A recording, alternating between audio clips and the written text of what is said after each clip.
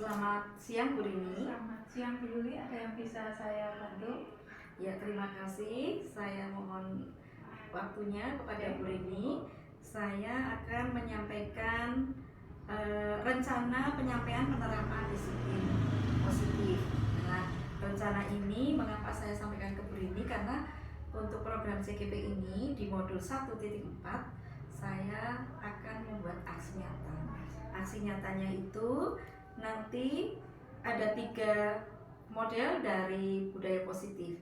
Yang pertama, saya mengambil budaya positif kepada warga sekolah. Yang kedua, nanti akan mencoba membuat keyakinan kelas. Dan yang ketiga, akan mempraktikkan tentang segitiga restitusi. Saya menyampaikan rencana kepada Ibu sebagai kepala sekolah. Nanti mohon dukungannya supaya ketika saya melakukan diseminasi, Ibu bisa menginformasikan ke rekan-rekan guru, karyawan, dan juga tenaga pendidikan. Adapun rencana saya yang pertama, nanti setelah menyampaikan rencana kepada Ibu, saya akan membuat materi sosialisasi itu.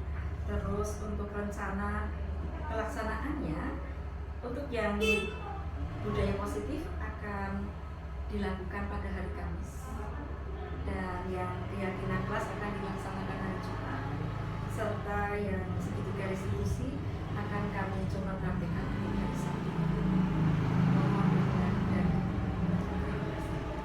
Jadi saya sangat mendukung kegiatan yang akan dilakukan oleh Bu Yuli untuk mengadakan diseminasi kepada teman-teman. Nanti saya akan koordinasikan dengan teman-teman. Semoga acara nanti berjalan dengan lancar dan kegiatan ini dapat membantu tugas-tugas Bu Yuli di pendidikan calon guru. Demikian Bu Yuli, sukses selalu untuk Bu Yuli. terima kasih Bu Rini atas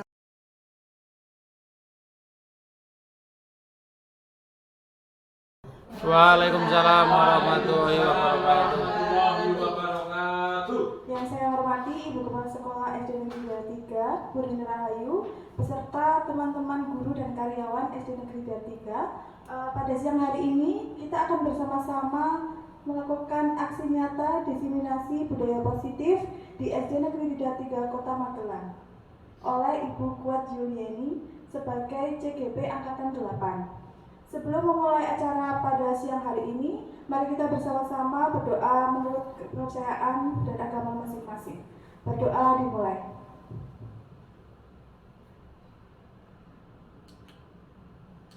Berdoa selesai. Baik, acara selanjutnya adalah sambutan dari Ibu Kepala Sekolah, yaitu Bu Rini Rahayu. Assalamualaikum warahmatullahi wabarakatuh. Waalaikumsalam warahmatullahi wabarakatuh. Selamat siang dan salam sejahtera untuk kita semua. Pertama-tama marilah kita mengucapkan puji syukur kehadirat Tuhan yang Maha Kuasa yang telah melimpahkan nikmat kesehatan, panjang umur kepada kita sehingga kita bisa berkumpul di ruangan ini dalam acara diseminasi budaya positif yang akan disampaikan oleh Ibu Kuat Yuliani SPDSD selaku CGP Angkatan yang ke-8. Pada kesempatan ini saya mengucapkan terima kasih kepada Ibu Kuat Yuliani yang akan berbagi ilmu kepada kita tentang budaya positif. Budaya positif di lingkungan sekolah sangat perlu dilakukan sebagai upaya untuk pembentukan karakter bagi semua warga sekolah dalam rangka mewujudkan merdeka belajar. Kepada Bapak Ibu Guru, mari kita ikuti acara ini dengan sungguh-sungguh. Ilmu yang kita dapatkan nantinya dapat kita terapkan di sekolah kita. Bersama-sama kita akan bahu-membahu mulai dari kita sendiri untuk menciptakan budaya positif di sekolah kita. Selanjutnya nanti kita akan menjadi teladan bagi anak-anak kita sebagai subjek pendidikan dalam rangka menggapai profil pelajar Pancasila. Demikian yang dapat saya sampaikan dalam sambutan dalam kegiatan ini. Ada kurang lebihnya saya mohon maaf yang sebesar-besarnya. Saya akhiri, wassalamualaikum warahmatullahi wabarakatuh. Acara selanjutnya adalah diseminasi budaya positif yang akan disampaikan oleh Ibu Kuat Juliani.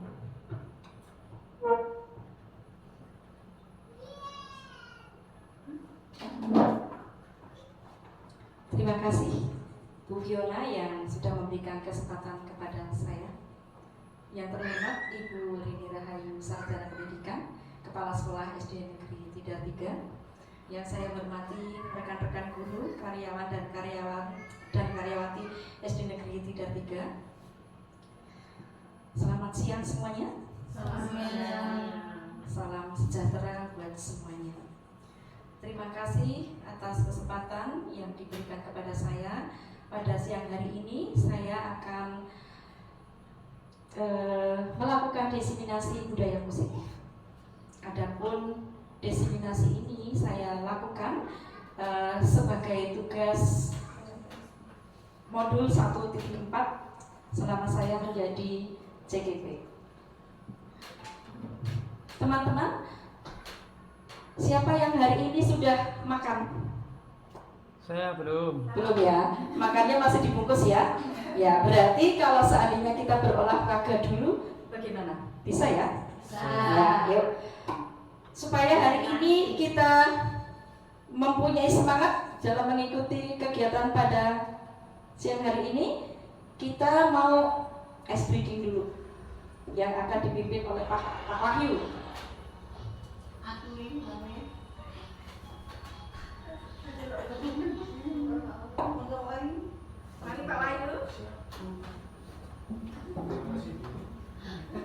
Ya, akan dipimpin oleh Pak Wahyu.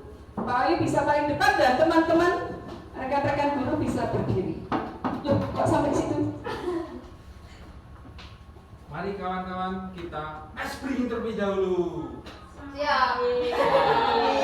Tangan kanan di atas, tangan kiri di atas, turunkan. Siap, Billy. Sebentar.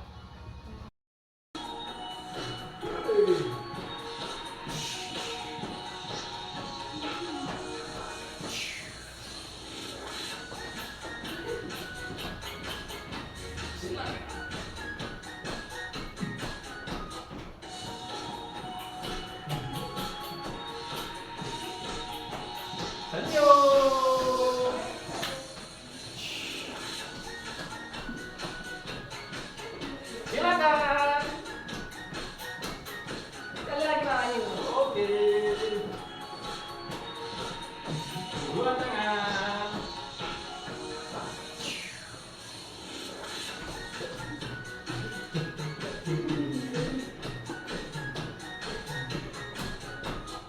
Go.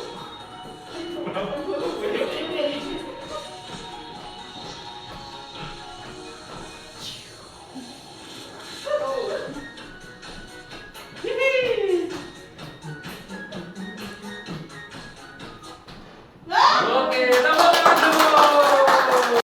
Teman-teman, bagaimana? Sudah segar kembali siang ini? Ya. Nanti ketika di kelas, ice breaking ini bisa dipakai untuk ice breaking dengan anak-anak juga. Bisa ditambahkan yang lain, mungkin ice breaking yang mengandung atau berhubungan dengan profil pelajar Pancasila. Baik, saya akan mulai untuk diseminasinya. Jadi untuk kali ini saya akan menyampaikan tentang budaya positif yang terdiri dari disiplin positif dan nilai-nilai kebajikan universal, teori motivasi, hukuman dan penghargaan, serta restitusi, keyakinan kelas, kebutuhan dasar manusia dan dunia berkualitas, restitusi 5 posisi kontrol, dan restitusi segitiga restitusi. Silakan Bu Ida, sudah selesai KKG-nya. Terima kasih untuk kehadirannya. Yang pertama, disiplin positif dan nilai-nilai kebajikan universal. Disiplin positif, kebanyakan orang akan menghubungkan kata disiplin dengan tata tertib, teratur, dan kepatuhan pada peraturan. Kata disiplin juga sering dihubungkan dengan hukuman, padahal itu sungguh berbeda. Karena belajar tentang disiplin positif tidak harus dengan memberi hukuman. Justru itu adalah salah satu alternatif terakhir dan kalau perlu tidak digunakan sama sekali. Dalam budaya kita, makna kata disiplin dimaknai menjadi sesuatu yang dilakukan seseorang pada orang lain untuk mendapatkan kepatuhan. Kita cenderung menghubungkan kata disiplin dengan ketidaknyamanan. Bapak pendidikan kita, Ki Hajar Dewantara menyatakan bahwa di mana ada kemerdekaan, disitulah harus ada disiplin yang kuat. Sungguh pun disiplin itu bersifat self-disiplin, yaitu kita sendiri yang mewajibkan kita dengan sekeras-kerasnya, tetapi itu sama saja. Sebab jikalau kita tidak cakap melakukan self-disiplin, wajiblah penguasa lain mendisiplinkan diri kita, dan peraturan demikian itulah harus ada di dalam suasana yang merdeka. Ini diambil dari pemikiran, konsepsi, keteladanan, sikap merdeka Ki Hajar Dewantara, cetakan kelima, tahun 2013, halaman 47A. Di situ Ki Hajar Dewantara menyatakan untuk mencapai kemerdekaan atau dalam konteks pendidikan, untuk menciptakan murid yang merdeka, syarat utamanya adalah harus ada disiplin yang kuat. Disiplin yang dimaksud adalah disiplin diri yang memiliki motivasi internal. Jika kita tidak memiliki motivasi internal, maka kita memerlukan pihak lain untuk mendisiplinkan kita atau memotivasi eksternal, karena berasal dari luar, bukan dari dalam diri kita sendiri. Adapun nilai-nilai universal, berarti nilai-nilai kebajikan yang disepakati bersama, terlepas dari suku, bangsa, agama, bahasa maupun latar belakang. Nilai-nilai ini merupakan paling besar dari sikap dan perilaku kita, atau nilai-nilai yang berupa fondasi perilaku. Nilai-nilai kebajikan adalah sifat-sifat positif manusia yang merupakan tujuan mulia yang ingin dicapai setiap individu, seperti yang dikemukakan oleh Dr. William Glasser pada teori kontrol, menyatakan bahwa setiap perbuatan memiliki suatu tujuan. Dan selanjutnya Diana Gerson juga mengemukakan bahwa dengan mengaitkan nilai-nilai kebajikan yang diyakini seseorang, maka motivasi intrinsik akan terbangun, sehingga menggerakkan motivasi dari dalam untuk dapat mencapai tujuan mulia yang diinginkan. Nah, nilai-nilai kebajikan dari 6 institusi ini dapat terwujud dalam atau tertuang dalam profil pelajar Pancasila yang terdiri dari berapa ya teman-teman? Bu Isti mesti hafal. Betul nyanyi Bu. Ya, tidak usah nyanyi, tapi ada berapa ya? Ya. Yang pertama apa Bu Isti? Kreatif. Mandiri, gotong royong,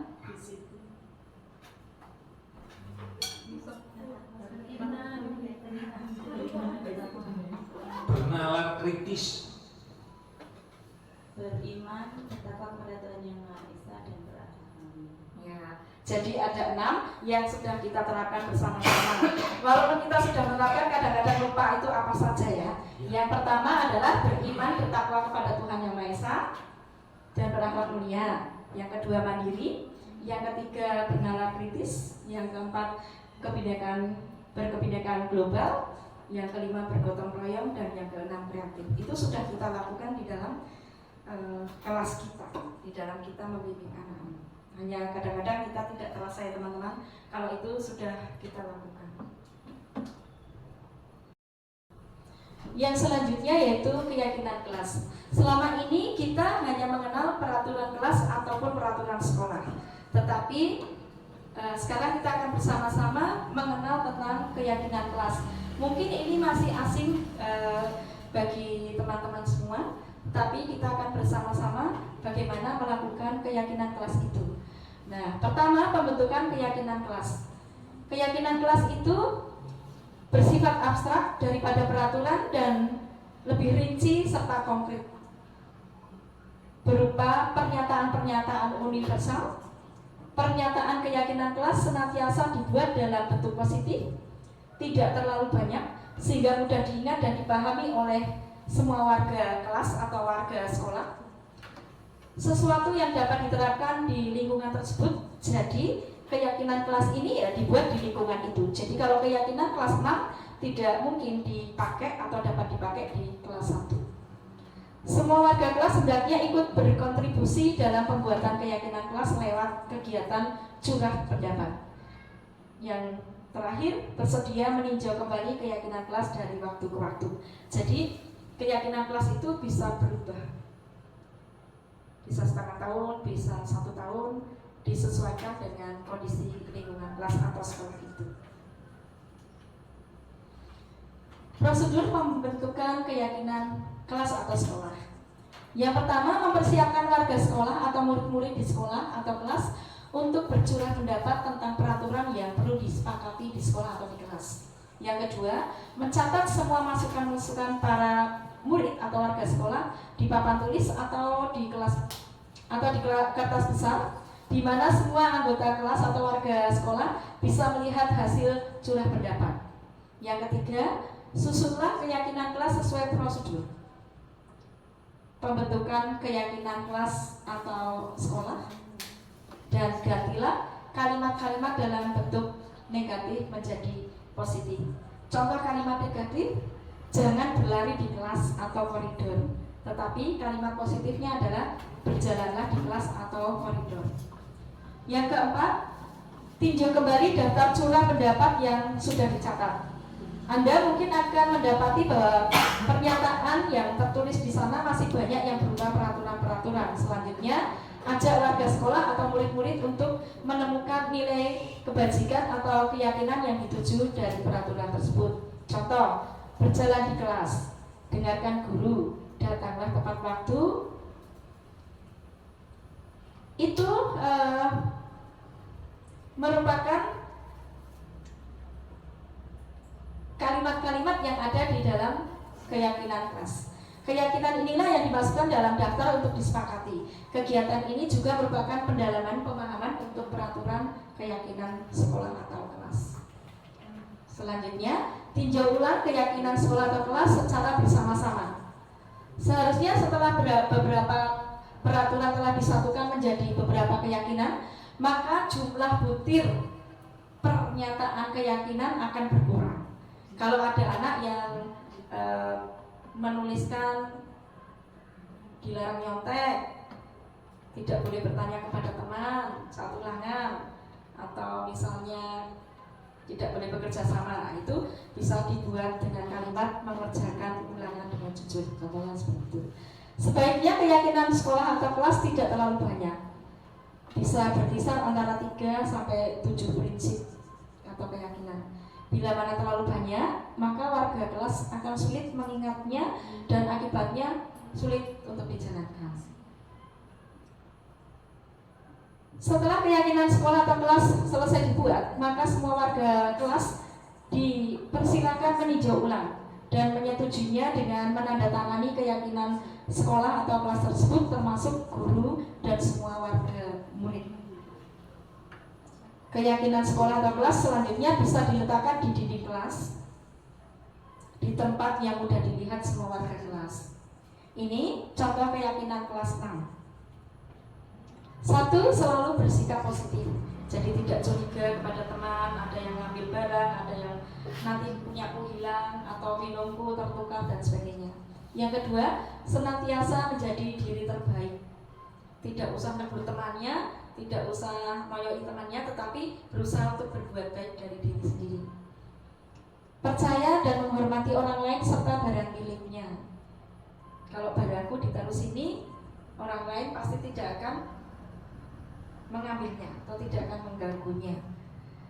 Berkomitmen terhadap setiap tugas, tidak usah ngopiai kamu rame sudah selesai atau belum, tetapi cukup menyelesaikan tugasnya masing-masing dan senantiasa membantu. Apabila ada teman-teman yang membutuhkan bantuan, tidak usah diminta, akan selalu membantu. Bukan hanya temannya, tetapi mungkin warga sekolah yang lain juga sama.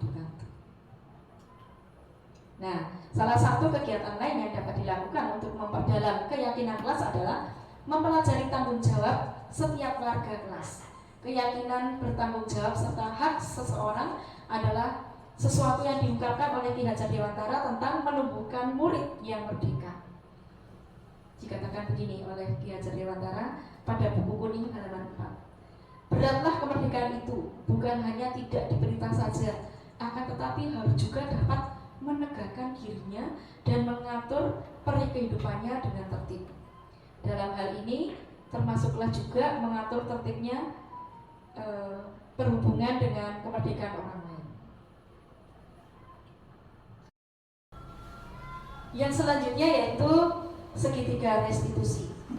Proses 3 tahapan tersebut didasarkan pada prinsip-prinsip utama dari teori kontrol yang sudah kita pahami tadi sama-sama. Langkah pertama yaitu menstabilkan identitas. Adapun teori kontrolnya, kita semua akan melakukan hal-hal terbaik yang bisa kita lakukan. Langkah kedua, validasi tindakan yang salah. Teori kontrolnya, semua perilaku memiliki alasan.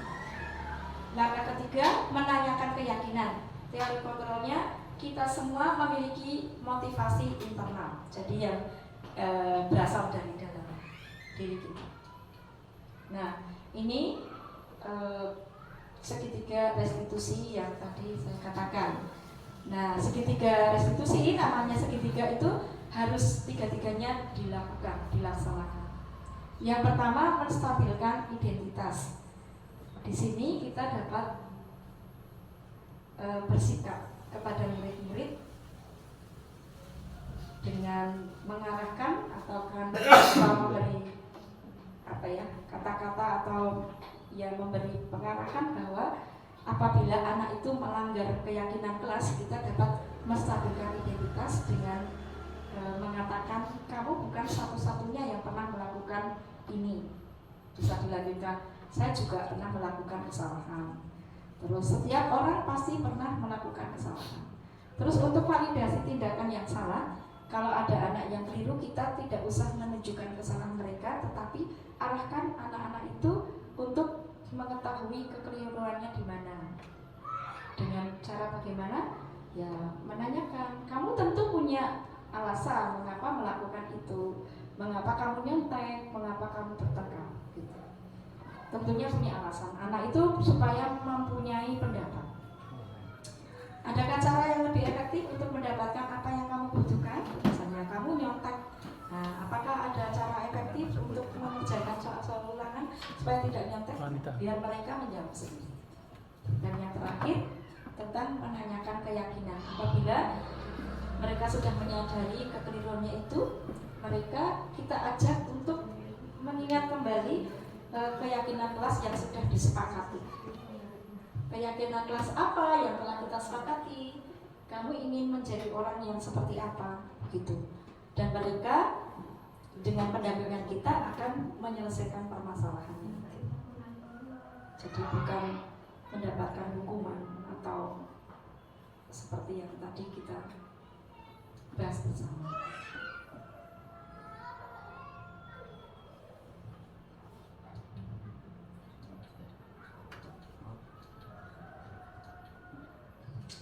Demikian desiminasi dari saya, Bu Rini. Mudah-mudahan nanti bisa membantu teman-teman dan saya sendiri untuk mendampingi pembelajaran kepada murid.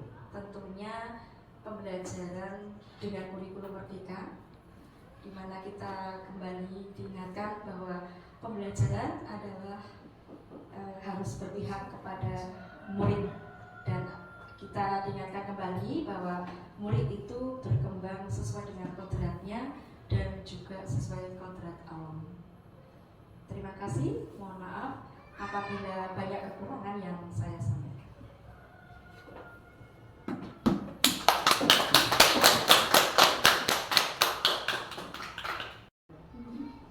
Demikian pemaparan desiminasi budaya positif oleh Ibu Kwaci Yuliani. Mari kita tutup acara bersama-sama dengan berdoa bersama menurut kepercayaan dan agama masing-masing.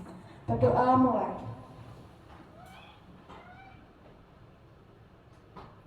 Berdoa selesai. Selamat pagi semuanya. Selamat pagi, Bu. Ya, tadi kita sudah senam ya. Saatnya kita akan melakukan rencana kita. Pada hari ini kita akan bersama-sama membuat keyakinan kelas ya. Karena kalian sekarang sudah di kelas 6, keyakinan kelas